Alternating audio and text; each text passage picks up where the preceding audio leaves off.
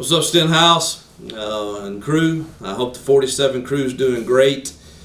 Man, spring is sprung and headed into May, and man, we're in the top 16.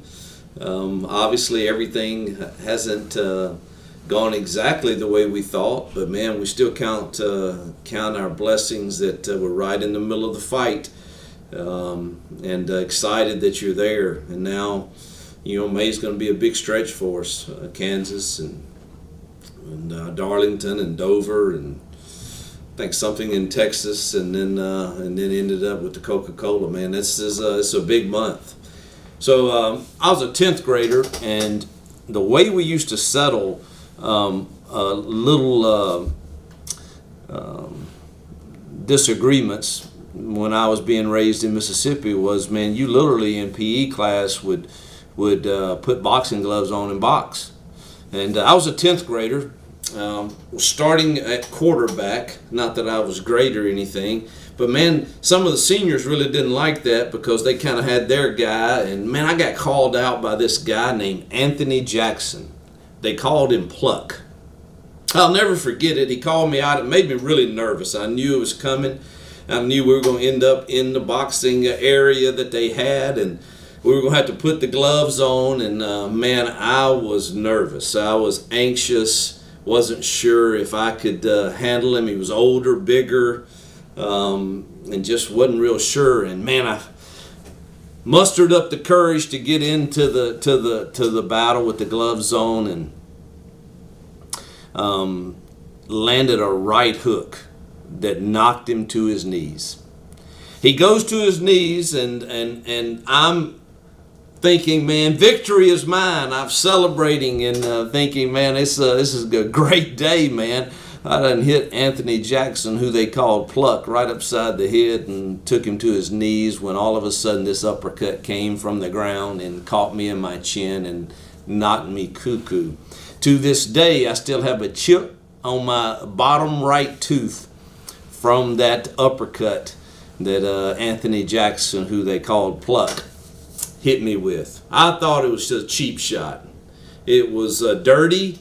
It wasn't fair, and he shouldn't have done it. And man, surely everybody would see that, and they would understand it's a cheap shot. And man, if there's one thing I learned that I think I want to share with you guys today is this fact that, man, life comes at you hard, whether in your families or whether in your racing team. And from race to race, it's the ebbs and flows and the ups and downs from stage to stage. You get all of those different scenarios from pit stop to pit stop, man, from adjustment to adjustment. It comes fast and it comes hard, and sometimes life's not fair, and sometimes you get a cheap shot, and sometimes you don't control the circumstances that cause the outcomes to come to you as a man, or as a father or a husband, or as a racing team.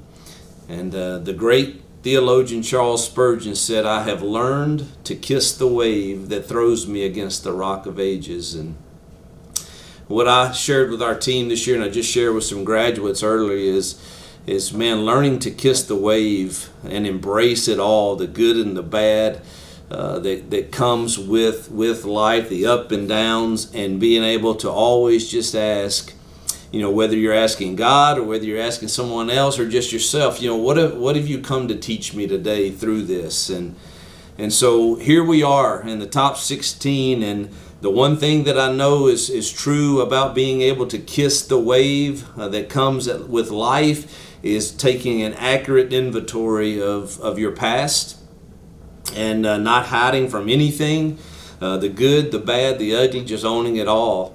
And I think that's a key to us moving toward this May run, is us just taking great inventory of it and learning to kiss the wave and make peace with it, because you either get bitter or you get better. I could have stayed bitter at Anthony Jackson forever, to this day, and to this day he goes to my father's farm and helps him out in Mississippi.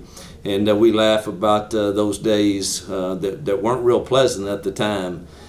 But I would just say to you, man, anything that we have that we consider to be a failure, your failures are not final, and how we finish matters. And man, we're right in the thick of it. I celebrate that with you. Can't wait to see you live and in person soon. Trying my best to make that happen, and just know that we're pulling for you, man. Kiss the wave, and go get them in Kansas.